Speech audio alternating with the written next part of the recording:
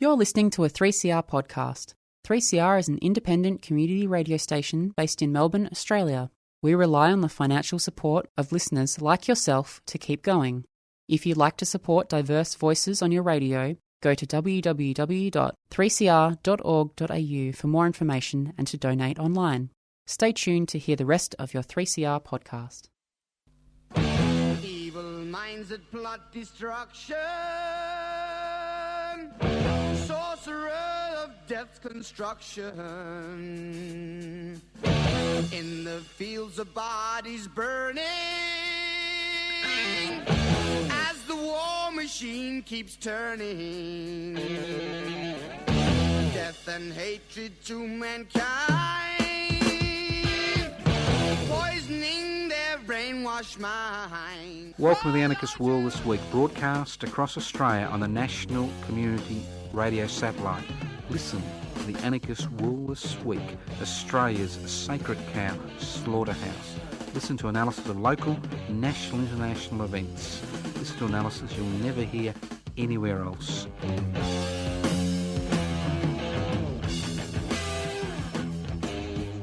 Welcome to the Anarchist World This Week, broadcast across Australia by the Community Radio Network.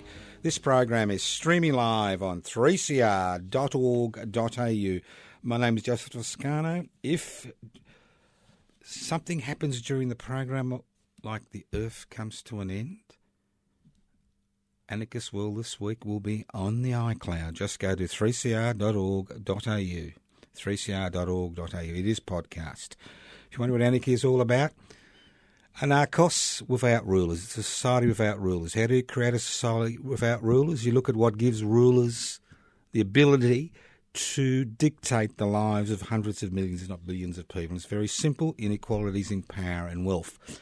So the anarchist struggle is the struggle to devolve power, that's share power, and hold wealth in common, that's share wealth. It's about putting the interests of the many before the interests of the few. It's a very simple concept which human beings have struggled for eternity. So if you're involved in the struggle to improve people's life, in the struggle by sharing wealth and increasing decision-making power, well, then you, whether you like it or not, are an anarchist. Sorry to tell you, everybody has a bit of anarchism in them. Everybody. Now, this program has been pre-recorded 24 hours before you listen to it. I normally don't pre-record programs, but there is an important ceremony tomorrow. There is an important ceremony as I speak, and that's the unveiling of the Peter Norman statue at Lakeside Oval, which I've got an invitation to as the convener of the Peter Norman Commemoration Committee. Now, this is basically will be an athletics type of thing. Obviously, today, the 9th of November, which is the day you're listening to the program, is Peter Norman Day. And if you're wondering who's Peter Norman? Peter Norman was the Australian 1968 Mexico Olympics 2,000 metres silver medalist. He paid an extraordinary personal price for supporting universal human rights.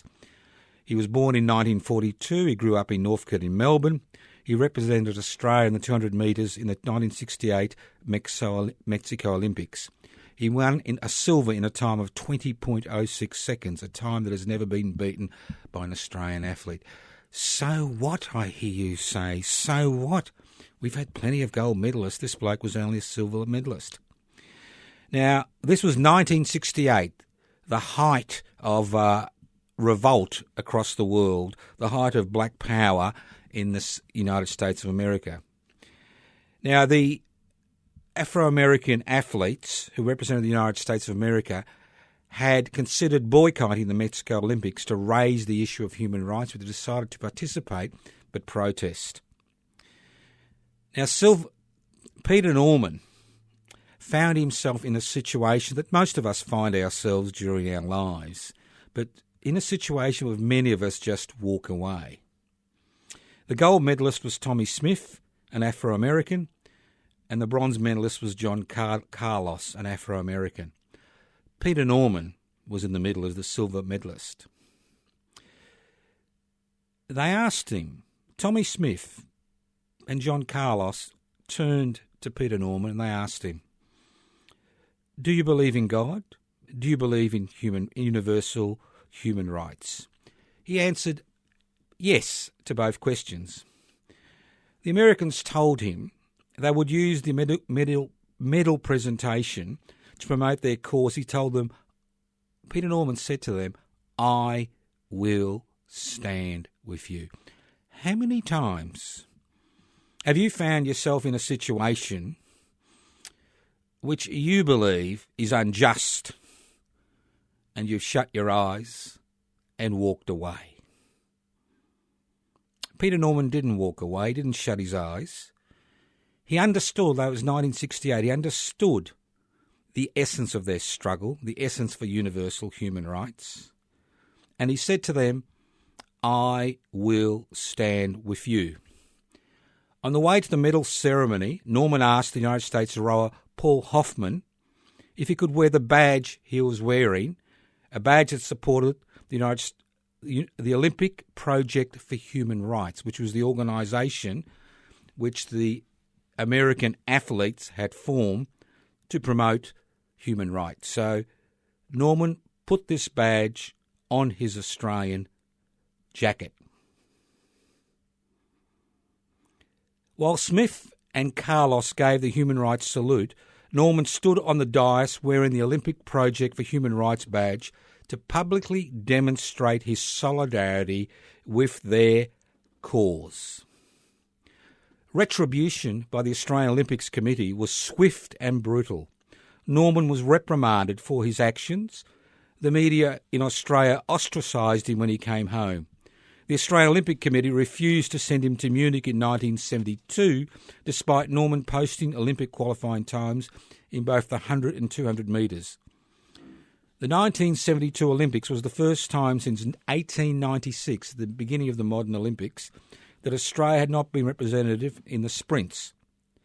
Salt was rubbed into an open wound in 2000 when the Australian Olympic Committee did not invite him to participate in the celebrations surrounding the Sydney Olympics. This is 2000. He attended as a guest of the United States track and field team. Norman died of a heart attack, aged 64, on the 3rd of October 2006. Both the gold medalist, Tommy Smith, and the bronze medalist, John Carlos, felt so strongly about the action and the personal price that Peter Norman had paid for his stand that they attended his funeral in Melbourne in 2006, acting as pallbearers and delivering eulogies to a great Australian who'd been ostracised and forgotten by a nation that continues to give lip service to human rights.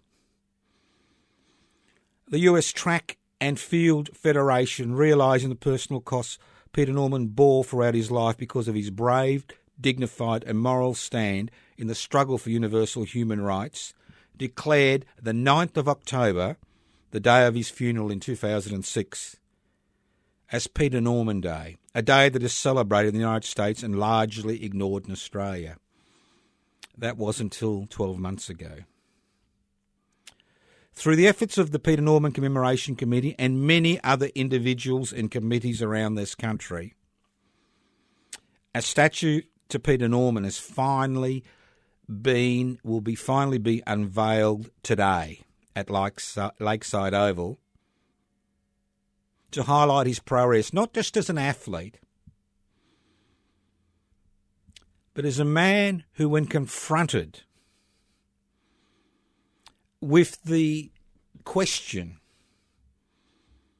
about whether he supported the injustice that he saw around him or whether he supported those who had injustice piled upon injustice, decided to stand with them.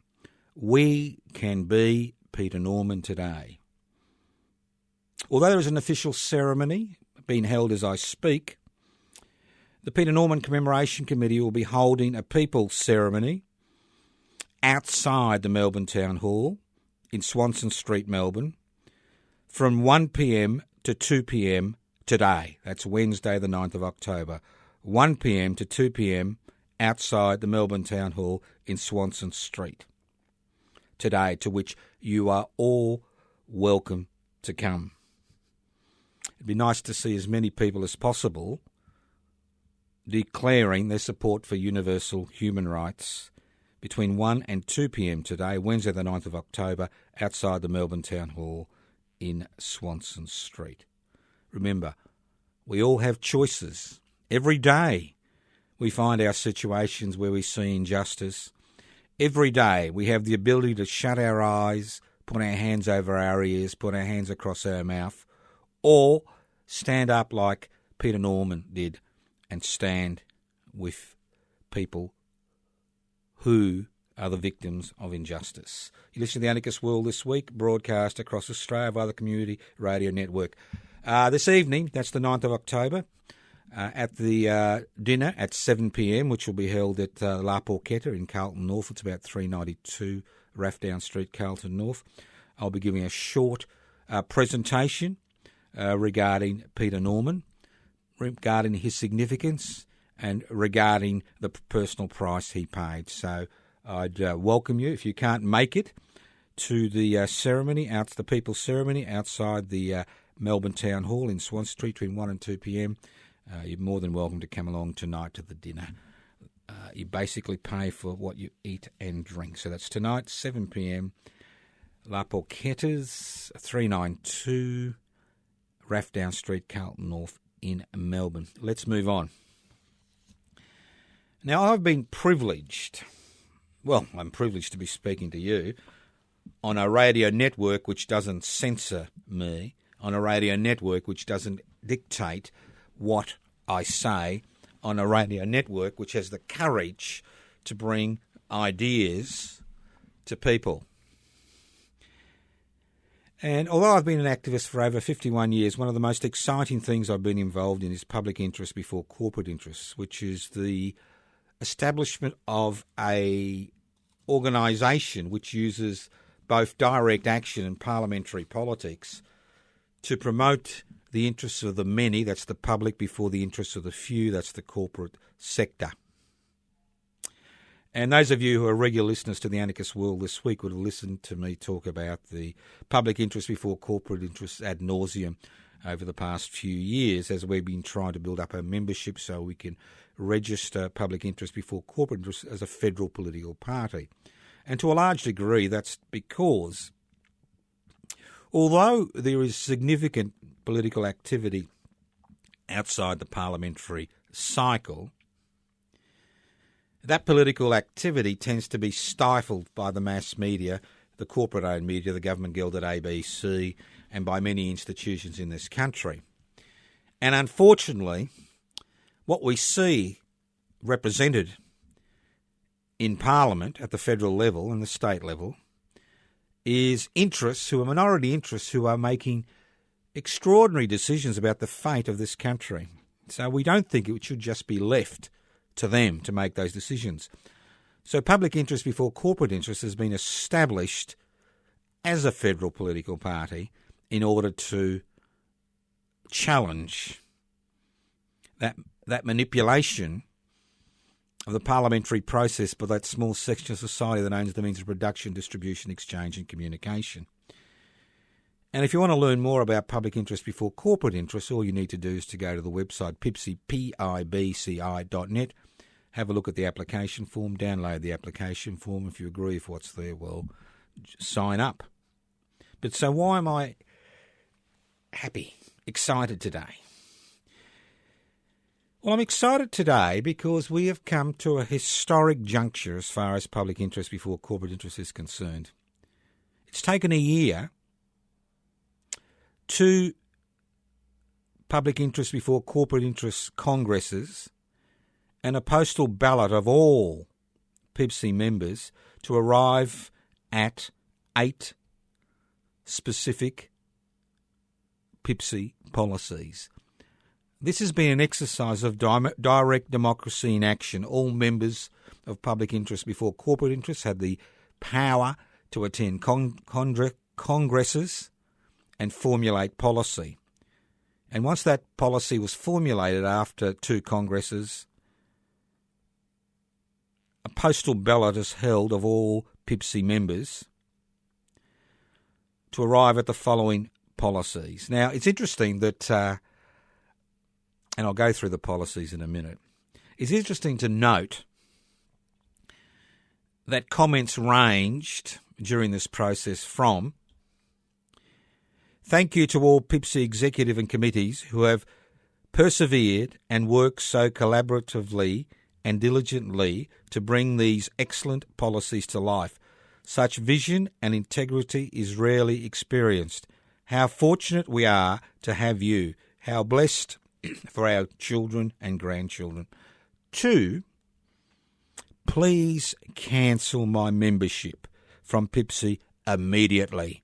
I cannot subscribe to some of your policies. And this was before we actually voted on the policies. Now, on the weekend, the secret ballot was counted. And it was quite interesting. And I'll go through it because I think it's important that people understand we are not an issue-orientated group. We are a group that believes in radical social change, cultural change, political change based on the concepts of direct democracy, the people involved in decision making that decision and using a delegate system, not a representation system. And we are a group that is interested and wants to share wealth. That's right. Create wealth and share it. Of those PIPSI members who returned their postal ballots, 96% supported the public housing policy, 94% supported our public utilities policy, 92% supported our universal basic income policy, 90% supported our human caused climate change policy, 89% supported our policies on treaty, 88% supported our policy on cooperatives and collectives, 87% supported our policy on gender equality, and 82% supported our animal justice policy. Now, I'm going to go through these policies to give you an idea of what PIPSI is about. In case you're disillusioned with the current political process, and in case you feel that taking direct action is not enough, that we also need to be involved in parliamentary action as well as direct action. We need to use both tactics simultaneously. I'll go through these policies because we are looking for another 150 members on the federal electoral roll. You don't have to be on the electoral roll to become a member, but it'll be useful if you are, because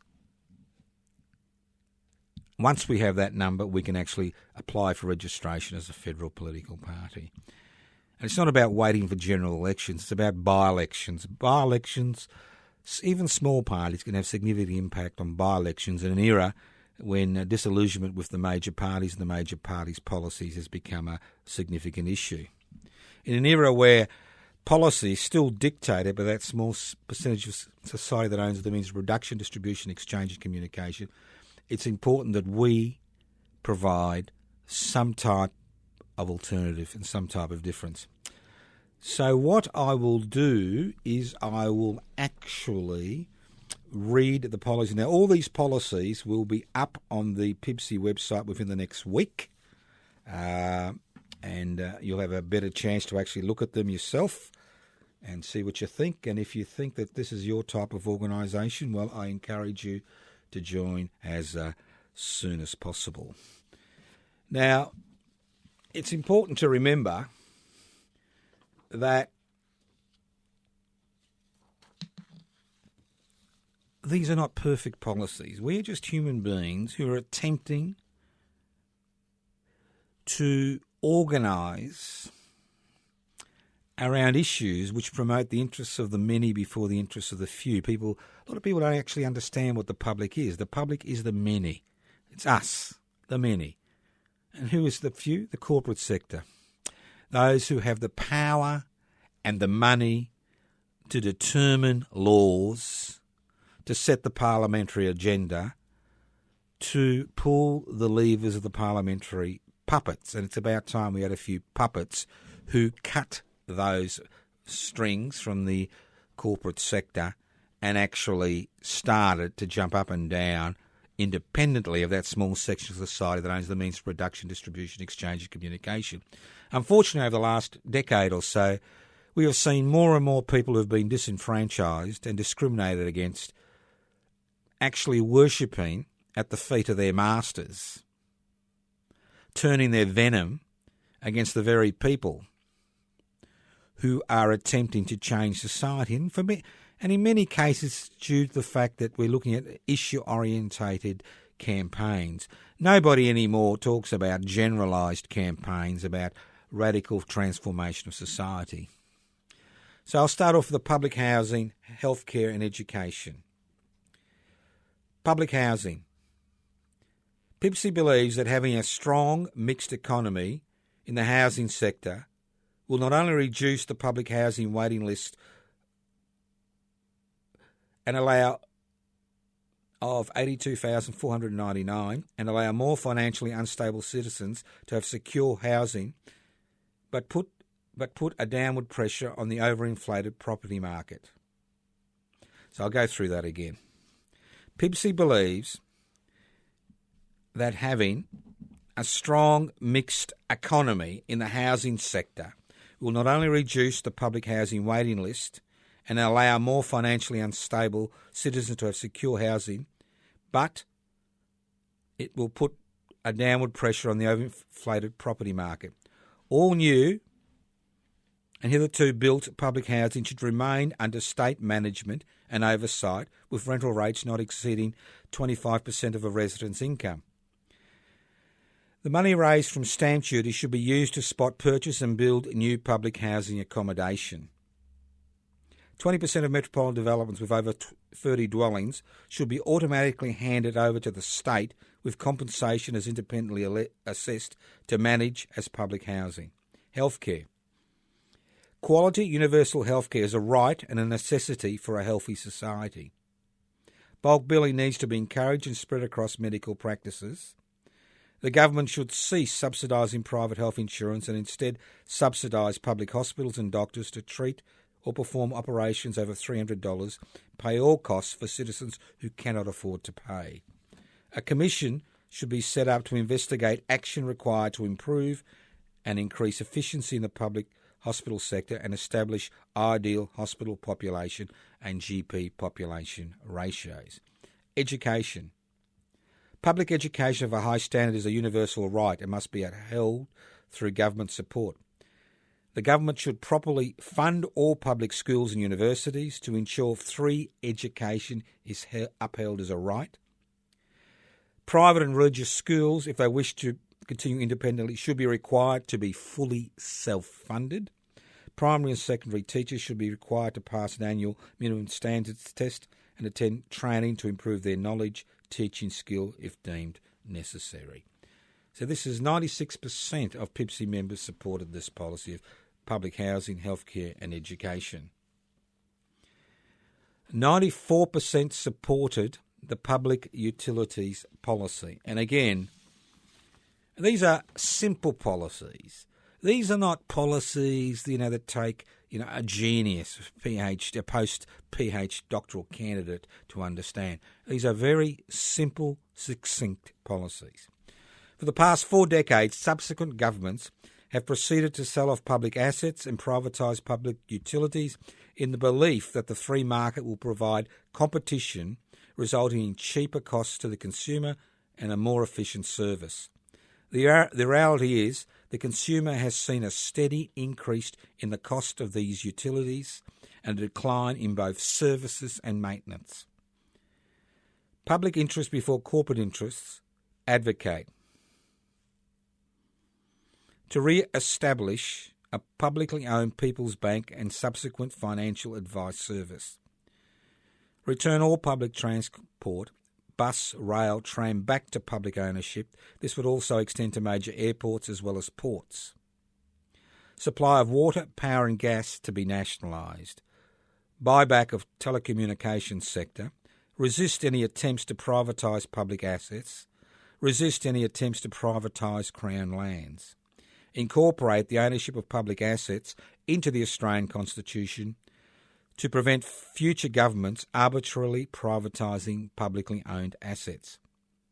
Public ownership of services and infrastructure allows for greater control over the price and accessibility of essential services, including in remote areas, and consequently ensures equality of accessibility regardless of ability to pay. Now, in an era of an increasing population growth and mechanisation, our policy on the universal basic income is becoming more and more relevant. So 92% of PIBC members supported the universal basic income policy. A universal basic income is the foundation stone of economic freedom, independence and personal security in the 21st century economy. The policy is designed to overcome the structural inequalities that exist under the current economic system. The introduction of a universal basic income is an effective answer to the problems caused by rapidly disappearing jobs in an increasingly automated society. The level of what is a universal basic income would be determined yearly by an independent tribunal established by the whole of federal parliament, not just the government of the day. The way this tribunal will be selected mirrors the process used to establish current parliamentary committees. Tax policy would be used to ensure only those who require assistance would benefit from this policy. Individuals earning the universal basic income would pay no tax. Individuals earning more than 4 times the universal basic income would pay it back in full when they pay their tax bill, and those who earn between these two figures would pay it back on a sliding scale when they pay their tax.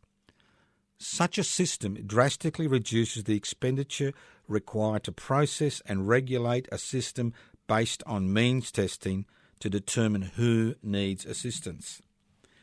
This policy can be funded by a new radical approach to taxation that ensures those who currently do not pay their fair share of tax pay tax.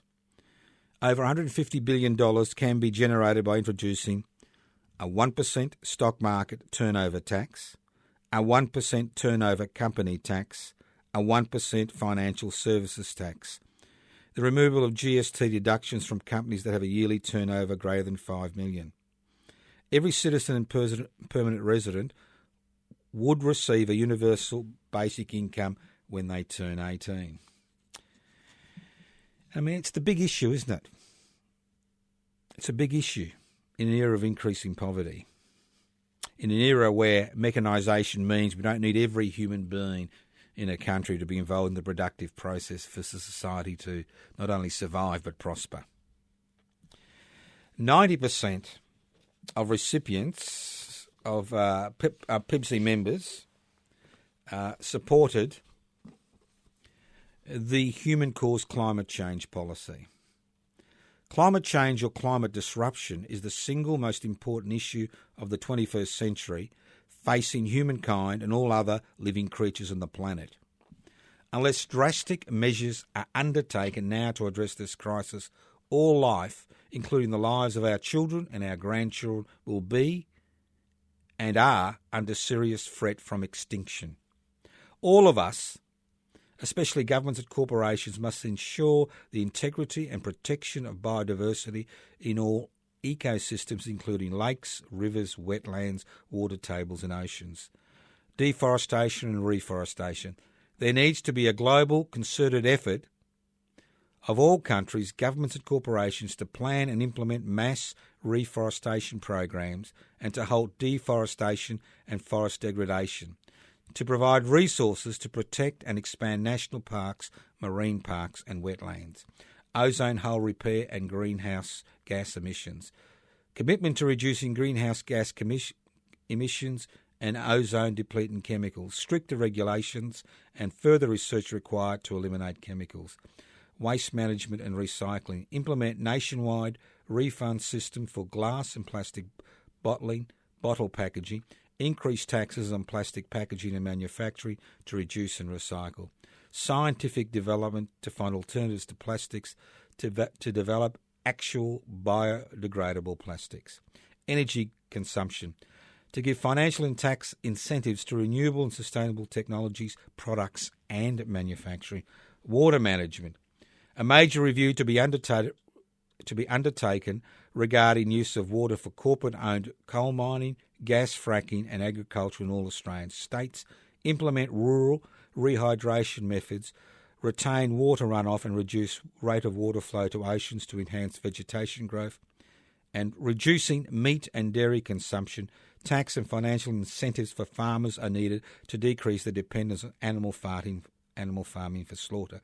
Stronger regulations enforced to reduce environmental impacts from water use, land clearing and waste effluent. Now, as I said before, these are not policies that you need a postdoctoral fellow to understand. These are simple, specific policies which address the issues of our time. 89% of PIPSI members who returned their ballot papers supported the treaty process. Treaty. Public interest before corporate interest acknowledges Aboriginal and Torres Strait Islanders have lived on the Australian mainland and surrounding islands for over 60,000 years. We acknowledge they have never ceded their sovereign rights to their traditional lands. We acknowledge Australia is soaked in the blood of its traditional owners. We acknowledge the unfinished business that exists between Aboriginal and Torres Strait Islanders and the rest of the nation has and continues to have a significant impact on Aboriginal and Torres Strait Islanders today. We fully support and accept the Uluru Statement from the Heart that was issued by the 2017 National Constitutional Convention by Indigenous delegates from most of the 220 independent sovereign nations that existed before colonisation began. When their delegates gathered at Uluru to call for a First Nations voice to be heard by the Australian governments and the Australian public. Public interest before corporate interest supports their call to establish a First Nation voice enshrined in the Australian Constitution. Establish a Makarrata Commission, the coming together after a struggle, to supervise a process of agreement making between governments and First Nations to tell the truth about this country's history. Establish a treaty commission to explore the possibility of drawing up treaties between First Nation peoples and governments at the local, state and federal level. We fully support their call to seek constitutional reforms to empower our people and take a rightful place in our country.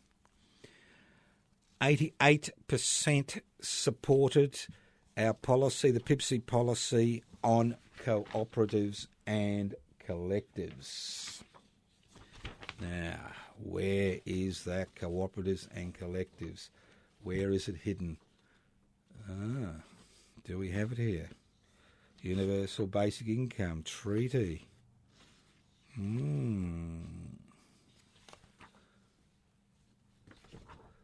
Well, we may have to leave that to another day.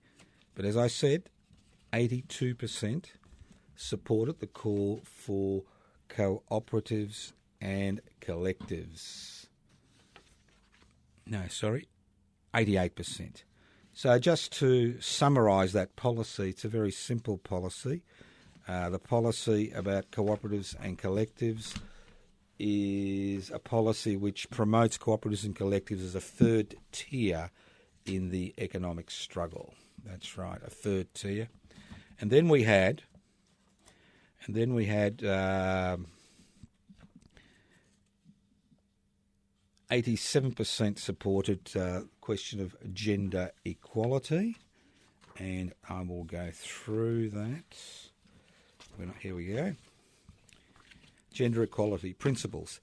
PIPSI believes in retaining and further promoting the rights of people regardless of what gender they identify with, to work and support themselves, to balance career and family life, and to live safely without the fear of abuse or violence. PIPSI believes it is imperative that the knowledge and experience of people is utilised in all aspects of society, regardless of what gender they identify themselves with. Policies. To teach the principles of gender equity in schools, to ensure equal pay for equal work, regardless of a worker's gender, identity or sexual orientation, to take specific initiatives in schools, vocational education, universities that increase women's participation and success in traditionally male-dominated careers, to further develop and support national anti-violence, including family violence, public education campaigns and programs, including primary prevention and early intervention programs, to dedicate adequate funding for services to cater for the whole of life, health and welfare needs of people with diverse sexuality, gender identities and intersex, to ensure sex or gender information in official records only be recorded when necessary, when sex or gender is necessary information to collect in official records, gender markers be available that reflect the diversity of the Australian population. So once again, and the last was the animal justice policy. Now these policies are will be all available on the PIPSI website, pipsi.net. So as I said before, PIPSI is not a issue-orientated group. There are many issues-orientated groups which are doing a lot of good work in society promoting specific issues. But PIPSI is about, that's public interest before corporate interest, is about providing a wide framework of ideas and policies regarding the best way to tackle the issues which confront us as a species, as nation states, as members of families, and as individuals. So if you are interested, you can always go to the website, pipsi.net. If you don't have a website, I'm quite happy to post out the PIPSI policies to you, and you can have a look at them. You can always leave a message on 0439 395 489, 0439 395 489, and you can let me know if you need any application forms, and I'll post them out too. You always can write to me at Post Office Box 20, Parkville 3052. As I said before, we need to get involved, and we need to have some type of group, whether you call it a political party or not, that not only uses direct action, but also uses parliamentary politics. Today, too many groups just use parliamentary politics or direct action, and the results, when you consider the last federal election, aren't very encouraging on either front. Now, it's my pleasure. You listen to the Anarchist World This Week, broadcast across Australia via the Community Radio Network. This program is streaming live on 3cr.org.au.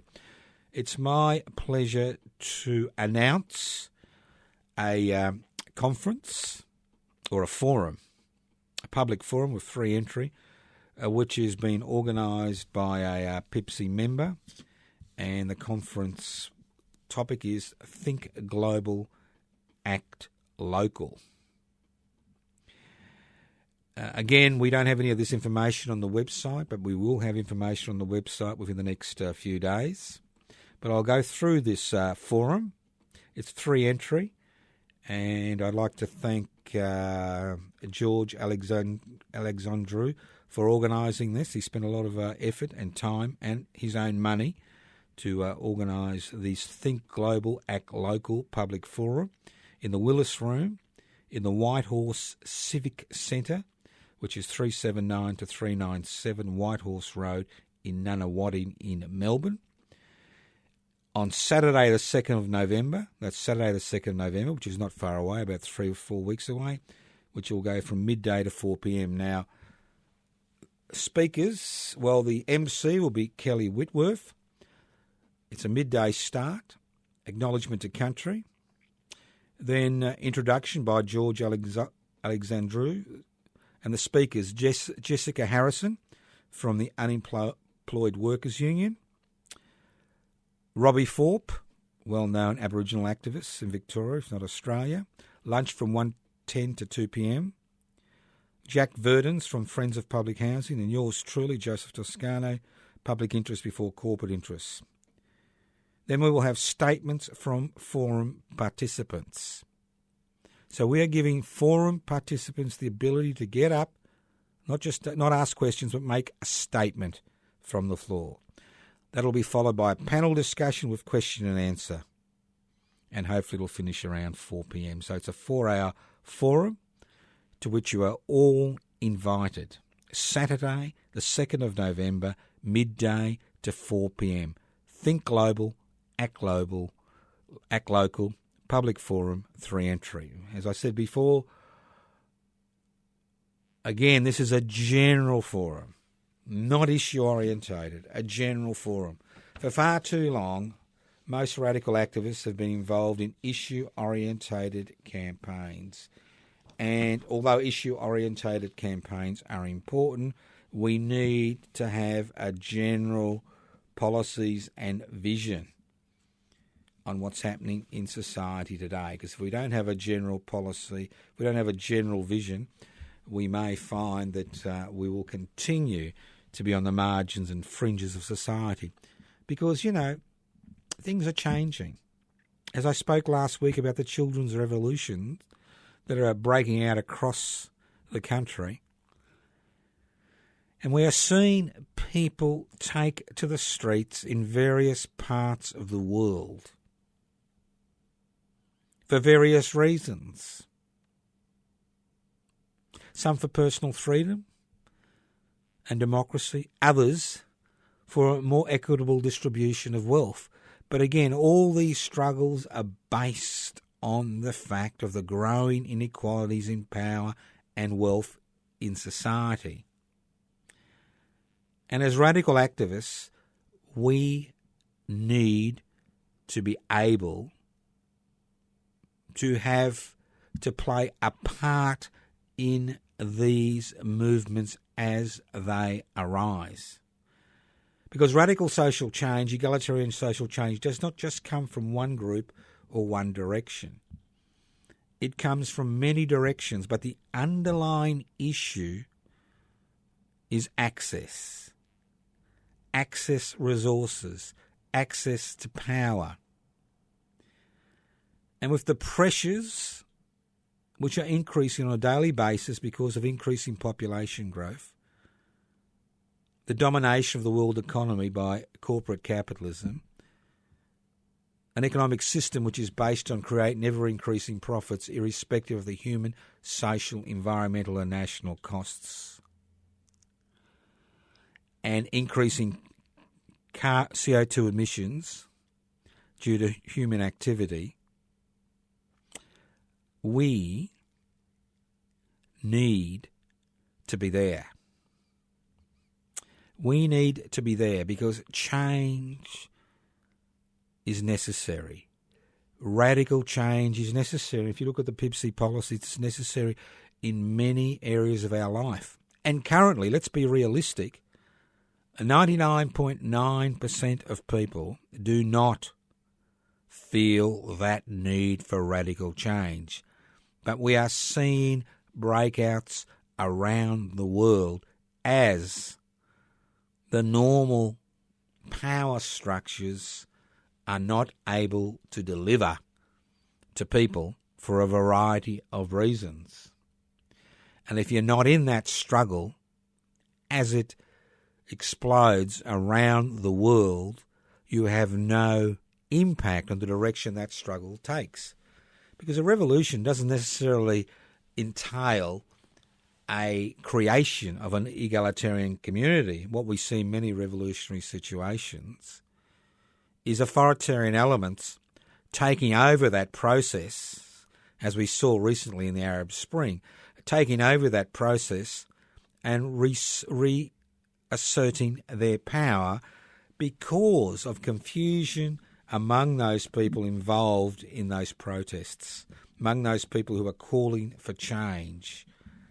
And what public interest before corporate interest can do in our situation here in this country is provide a focus for radical egalitarian change, which gives us as a people and as a nation and as a species the best opportunity not only to survive but to prosper and to ensure that each and every person has the ability to develop themselves to the fullest potential without the threat of authoritarian governments curtailing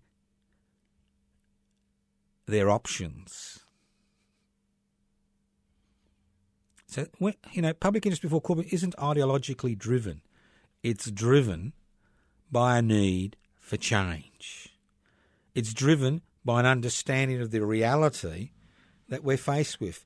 It's driven by the idea that the current political structures are the problem and offer no solution to the problem. Now, obviously, we are a small, minuscule, inconsequential group of people.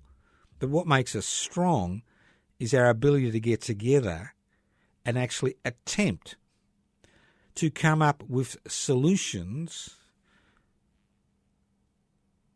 to problems that we face.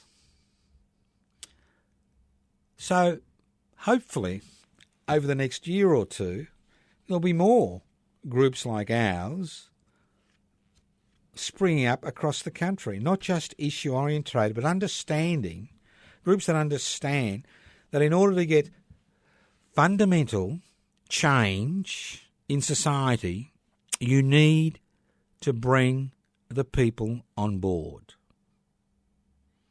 You need to bring people on board. And to date, we have not been able to bring people on board for a variety of reasons, ranging from the control of the corporate-owned media and the government-gelded ABC, their ability to control the political agenda for the day. Irrespective of what we think about the legacy media, the old print media, they continue to determine public policy.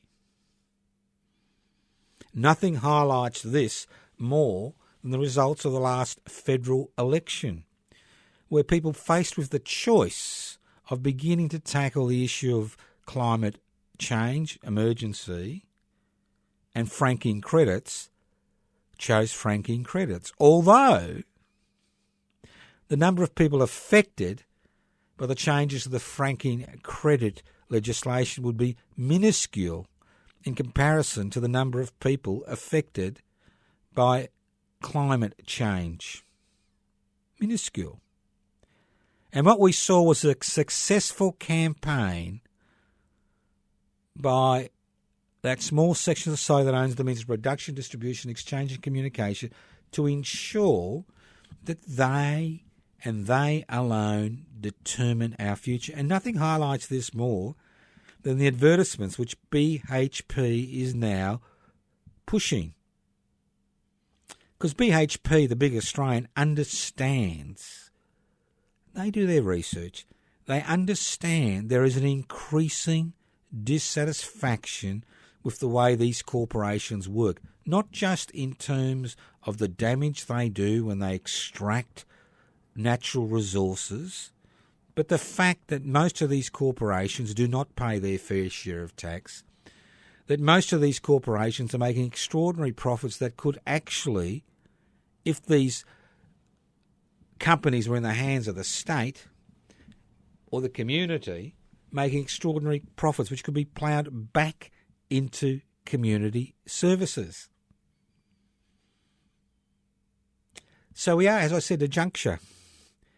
The juncture is more authoritarian rule, more inequality in power and wealth, a greater non-authoritarian rule, less inequality in power and wealth.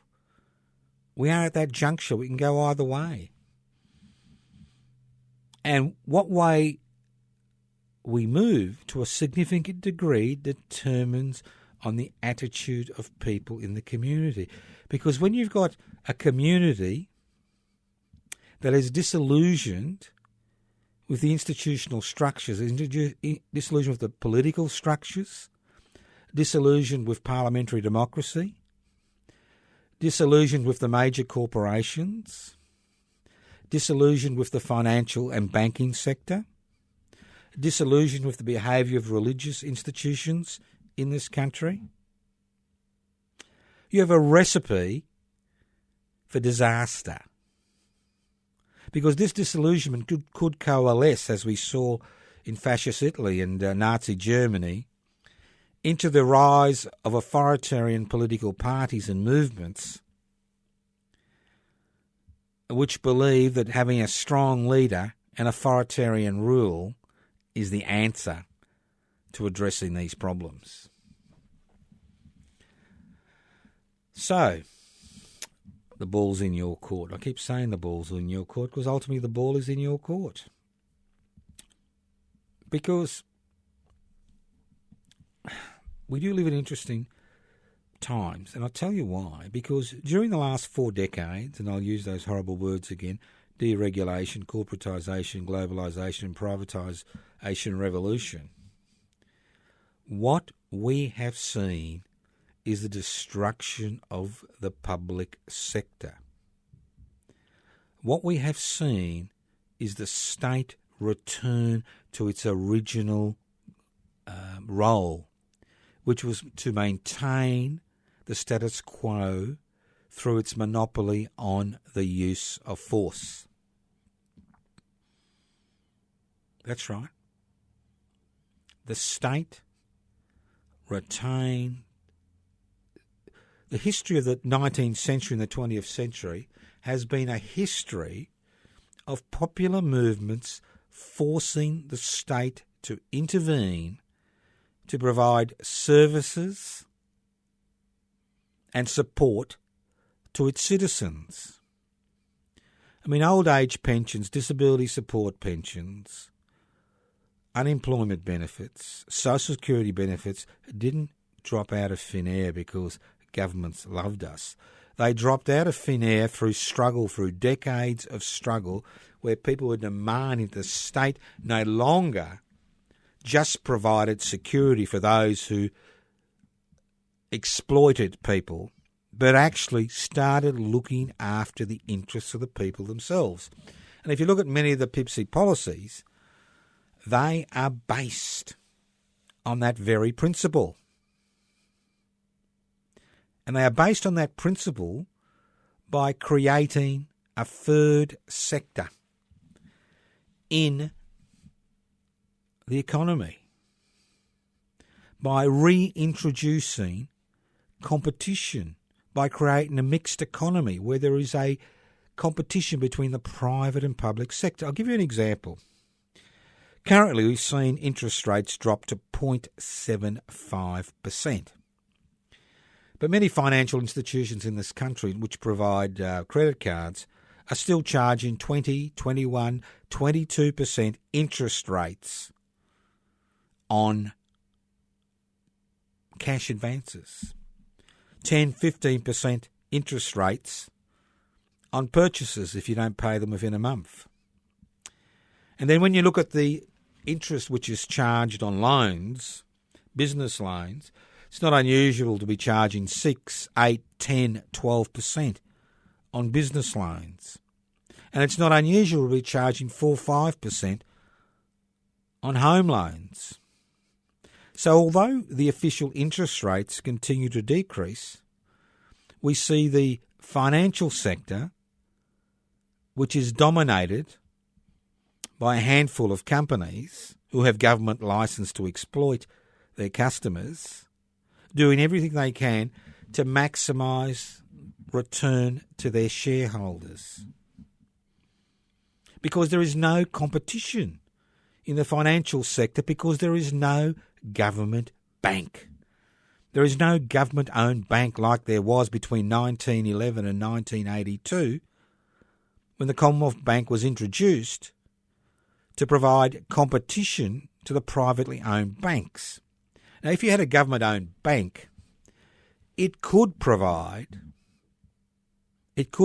pass on the full cut in interest rates, forcing the private banks to either decrease their margins or lose customers.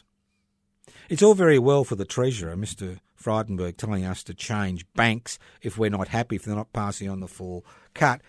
If all the banks don't pass on the full cut, what's the point of changing? Because every time you change, there's a cost. What's the point? And that's the reality. So unless we are able to re-establish a public sector which acts as competition with the private sector, we will never be in a position to reverse the economic inequality which is growing in this country and the inequalities in power which we see every day with the passage of legislation which does not assist citizens but assists corporations and that small section of society that owns the means of production, distribution and exchange. As I said before at the beginning of the program, I pre-recorded this program 24 hours previously. The earth may have come to an end by now, but who knows. But I think the important thing to remember is today is Peter Norman Day. Come and join us between 1 and 2 p.m. outside the Melbourne Town Hall. Not inside, outside. We're not welcome inside, but outside we carve our little niche between 1 and 2 p.m. Rain, hail or shine. You'll see the banners. Come and join us. Listen to us speak about the importance of Peter Norman Day. Also, as I said before, I've read out some of the PIPSI policies, of the 8 policies. There are a few more to read out, which, you can actually access these by going to the website pipsi.net. And if you want to join, just download the application form from pipsi.net. As I said before, public interest before corporate interests is a political party and a direct action group. It is a combination of the two things that are important today in our society. Not some post-revolutionary nirvana which doesn't exist, but today's reality. You want change, not only do we need direct action, we also need parliamentary actions and people with radical egalitarian views to be in Parliament and public interest before corporate interest hopes to do that in the next 12 months. So if you think about joining, go to the website, pipsi.net. All the policies will be up by the end of the week. Have a look at them. If you like what you see, download the application form. If you don't like it, form your own party. The key is to be active. The key is to, different organisations we see out in the streets every day, like, the extinction people, climate extinction people, climate emergency people. It's all about taking action at both levels, both parliamentary and extra-parliamentary. Thank you for listening to The Anarchist World this week. Don't forget the Public Housing Everybody's Business Vigil on the steps of the Victorian Parliament House. The next one is today, 5:30 to 6:30 p.m. Come and join us. Don't forget, this evening, I'll be doing a presentation about the importance of Peter Norman Day and the importance of Peter Norman at the dinner at La Porchetta's. I think it's about 392 Rathdown Street in Carlton North. Starts at 7 p.m. So thank you for listening to The Anarchist World this week. You can go to my Facebook page, Joseph Toscano, or Toscano for the Public. You can go to Public Interest Before Corporate Interests YouTube channel. You can go to Public Housing Everybody's Business Facebook page, Defend and Extend Public Housing Facebook page, Anarchist Media Institute webpage, pipsi.net webpage. You can find out what the Wednesday Action Group is doing by going to the pipsi.net webpage. So thank you once again for listening to The Anarchist World this week on your local community radio station, courtesy of the Community Radio Network. This program has been streaming live on 3cr.org.au. That's 3cr.org.au. The program is podcast. You can access the podcast by going to 3cr.org.au. And next week we'll be here live. That's if I'm still alive. Thank you once again for listening to The Anarchist World this week on your local community radio station, courtesy of the Community Radio Network. Listen in to The Anarchist World this week on your local community radio station next week. Evil minds that plot destruction, sorcerer of death's construction. An analysis you'll never hear anywhere else. Anarchist World this week. Australia's Sacred Cow Slaughterhouse. 10 a.m. every Wednesday. Listen to The Anarchist World this week for an up-to-date analysis of local, national and international events. Poisoning their brainwashed minds. Oh, Lord, yeah.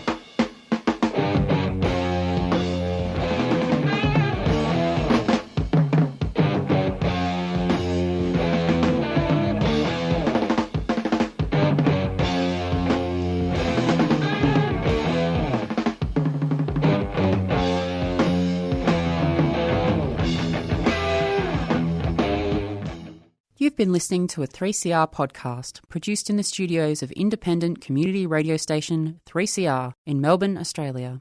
For more information, go to allthews.3cr.org.au.